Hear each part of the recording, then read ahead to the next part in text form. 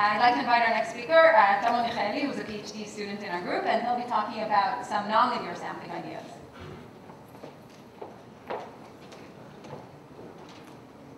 Okay, thank you. Before I start the talk, the title is a bit compressed in the spirit of this workshop. So the term nonlinear refers to actually two things. So a few words about the title.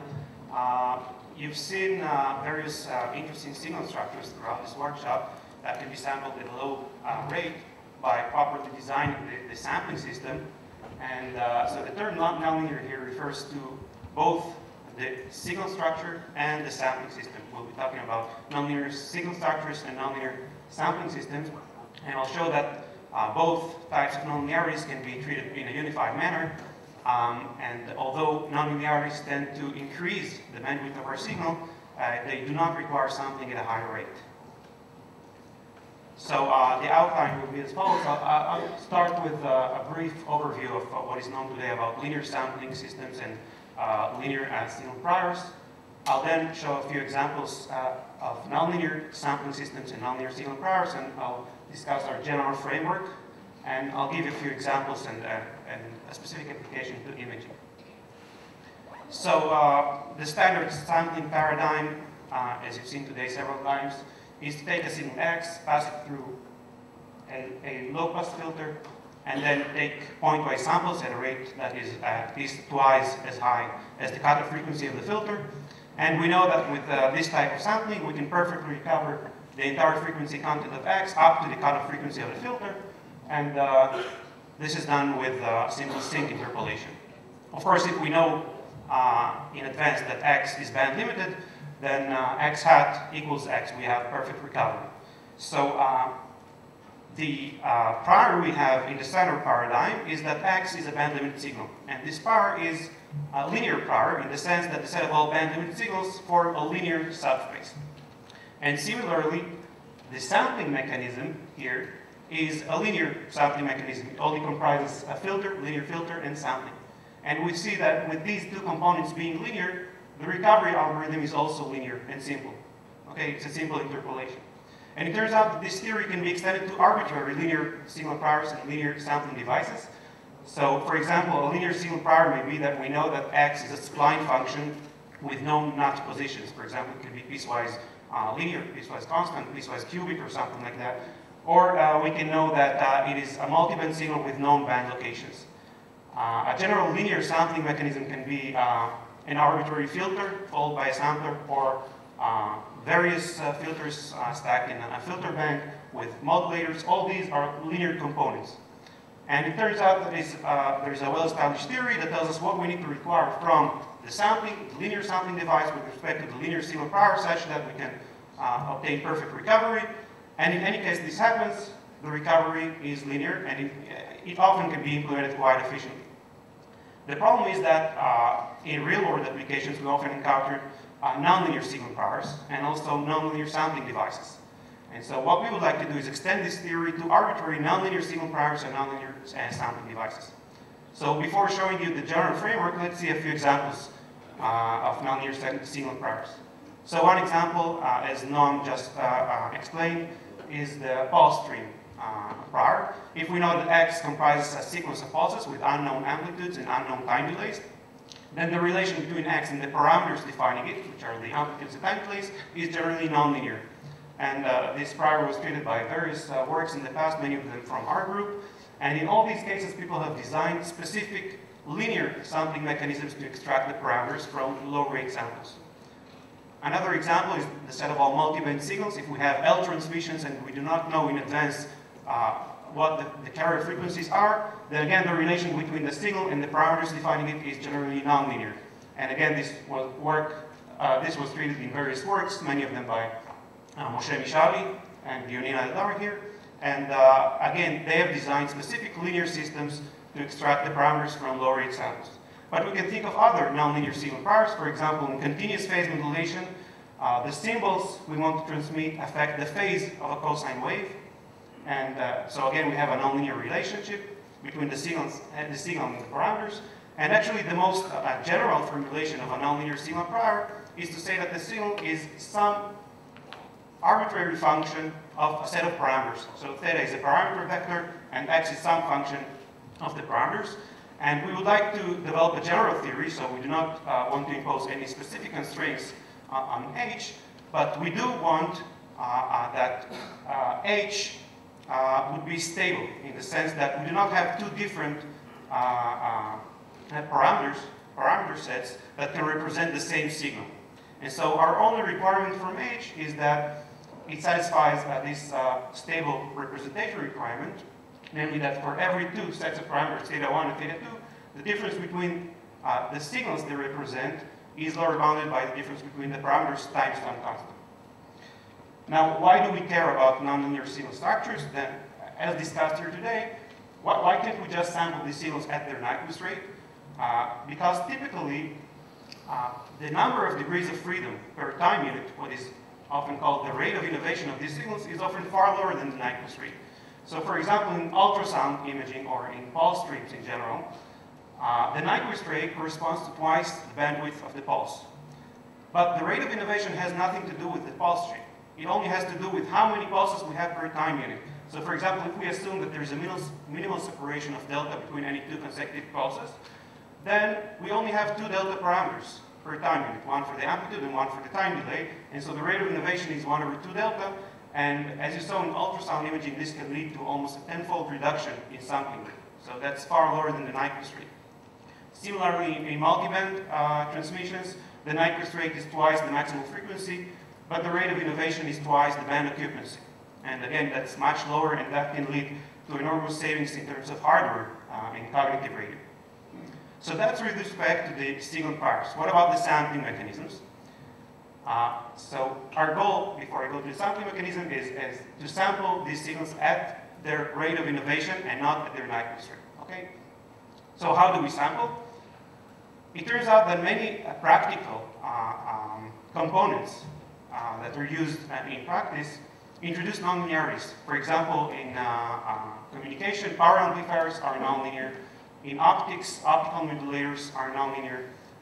In imaging, the response curve of a CCD element to the light intensity is nonlinear. And sometimes we even introduce nonlinearity on purpose to reduce the dynamic range. This is done, for example, in professional wireless microphones, and that's called compending.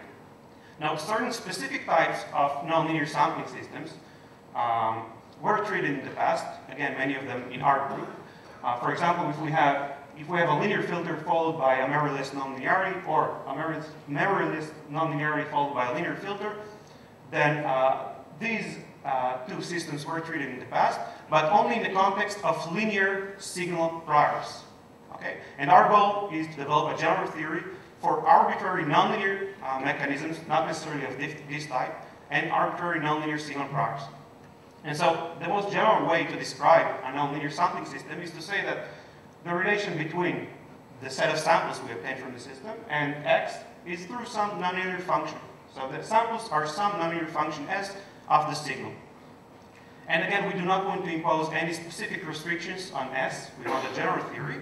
But we do want that it would be possible to recover the signal from the samples. And we do not want to have a situation such that two different signals can produce the same set of samples. So our only requirement is the stability requirement, that for every two possible signals in our prior set, the difference between the samples they produce is lower and upper bounded by the difference between the signals times some constants. And so again, why do we care about nonlinearities in the sampling device? Well, nonlinearities in the sampling device tend to increase the bandwidth of our signal. So suppose, for example, that we have a band-limited signal, x, and we want to pass it through a standard sampling system, only we have here a nonlinearity in front of the sampling system. Then if x, for example, is a pure tone, a sine wave, after the nonlinearity, we get all the harmonics of this. And if the sampling system is tuned to the original Nyquist rate of x, then the locus filter kills all these high frequencies, and we seem to have lost information. So it seems that if we do not want to lose information, we have to increase the sampling rate. But this is actually wrong, because although nonlinearities increase bandwidth, they do not increase the rate of innovation of the signal. And all we need to care about is how many parameters per time unit we need to recover. That's the rate of innovation. And so what we like to do is sample signals at the original rate of innovation, and not a rate that has something to do with the increased bandwidth due to the nonlinearity. Okay, so our setting is as follows. We have a set of parameters, theta 0. These parameters construct our signal x through the function h, which may be general. Our signal x is sampled to produce a set of samples c through our nonlinear sampling mechanism s, which may be general again. And our goal is to recover the parameters from the samples. Now, a natural way to approach this problem is to seek a set of parameters theta, such that if we apply h to them and apply s to the result, we get a set of samples that are as close as possible to the samples we actually measure. This is known as the least squares methodology. And in fact, if we assume that the sampling is stable and the representation is stable, then it can be quite easily shown that this function, this error function, has only one global minimum. And if we manage to find this global minimum, then we're guaranteed to have found the true set of parameters theta 0. The only problem is that we said nothing almost about s and h. They can be arbitrary functions. And so generally, what would happen is that this error function would have many local minima. So there does not exist an off-the-shelf standard optimization method that is guaranteed to be able to find the global minimum of this function. Most optimization methods will probably get stuck on local minimum. But remember that we had one more requirement, and that is that we want to sample exactly at the rate of innovation. We want the number of samples to be equal to the number of unknown parameters per time unit. And it turns out that with this additional requirement, we can show that if we have a stable sampling mechanism, a stable representation, and we sample exactly at the rate of innovation, then this function has only one minimum. And that's the global minimum. It has no local minimum at all. Or in other words, it has only one stationary point. And what this means in practice is that we can practically use any algorithm that is designed to trap a local minimum. Once it traps a local minimum, we're guaranteed that we found the global minimum of this function.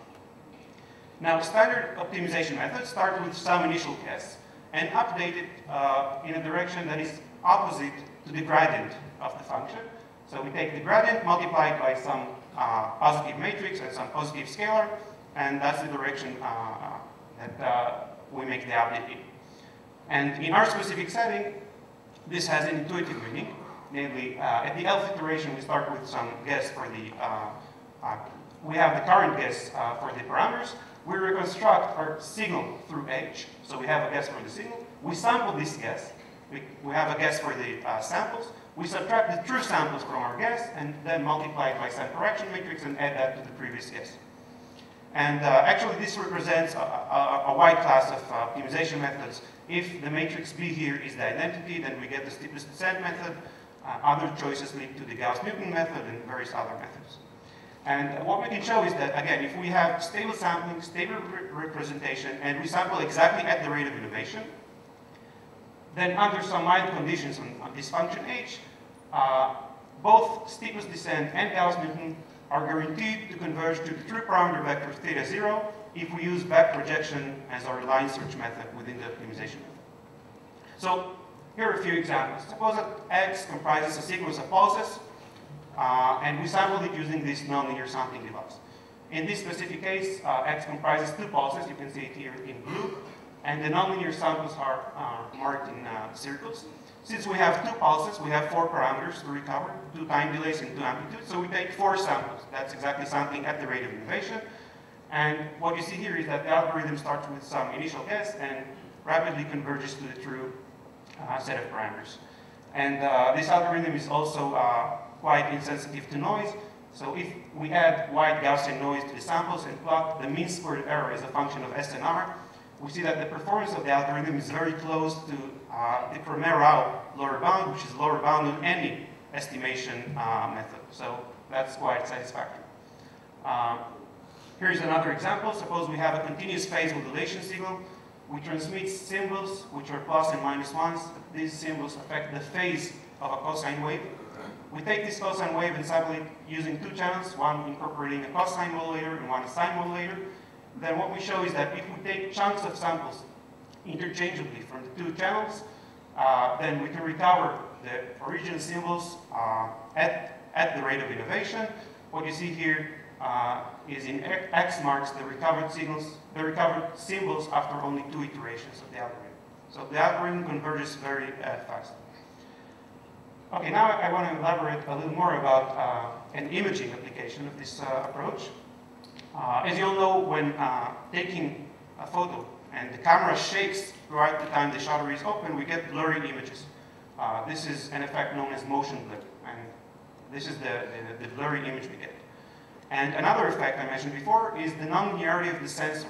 Okay, the CCD sensor has a nonlinear response to the light intensity impinging it. And this distorts the gray levels, the gray level values. And our goal is to try to jointly compensate for the nonlinearity and remove the motion blur. Motion blur removal in linear settings was treated by numerous works. This is known as standard deblurring. Many treat single image deblurring, some treat image sequence deblurring, so that's a standard setting. Nonlinearity correction was also treated by some works. But what do we do if we have both nonlinearity and blurring? This actually was not treated in the past, to the best of our knowledge. So what is actually the problem here? So let's take a look at the 3D cube representing the video that we get, where X and Y are the spatial coordinates and T is the third coordinate. Okay, so this cube is continuous in both X and Y and T. But our sensor samples this cube. Okay, so each frame in the video sequence corresponds to one slice of this cube, which is averaged over time during the time the shutter is open. So if we take a look, for example, at 1 pixel over time, this is the k-11th pixel, then the light intensity impinging this pixel is, of course, a continuous function of time. This light intensity is translated into voltage through a nonlinear response. And this voltage is then averaged over time, integrated over time, and sampled. These are the pixel values we get for this specific pixel. And of course, if we want to be able to recover the light intensity from the nonlinear samples, then we have to assume something. And what we assume in this work is that the light intensity corresponds to a spline function. That's our prior. So we can compare 3 methods. One naive method is to take the original video sequence, apply the inverse of the nonlinearity, and then a deblurring algorithm. Another naive method is to first apply the deblurring algorithm and then the inverse of the nonlinearity. And we can apply our approach. And for deblurring in these approaches, we use the Beam 3D method, which is considered state-of-the-art. And here is a representative result of what we get. I'm not sure that you can see very well with this projector, but what you see here is a patch of the original image. This is after nonlinear response, and this is nonlinearity plus blurring. And here on the bottom, you see the 3 methods. And if you take a look closely at the bright areas and at the dark areas, then you'll see that the texture here in the 2 naive methods is smeared. It's blurry. So the blur was not really removed. Whereas in our algorithm, the texture is sharper. So just to conclude, we showed that we have a general framework for nonlinear signal pairs and nonlinear sampling devices that can be used together with low rate sampling. Although nonlinearities increase the bandwidth, we can still sample at a low rate. This can be done with simple iterative algorithms, and there are also several applications, one of them in imaging that I've just shown. Thank you.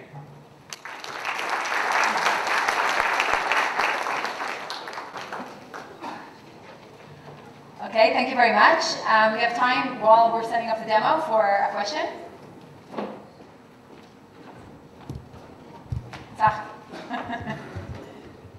Any questions? Okay, so everything was clear, so thank you very much, Thomas.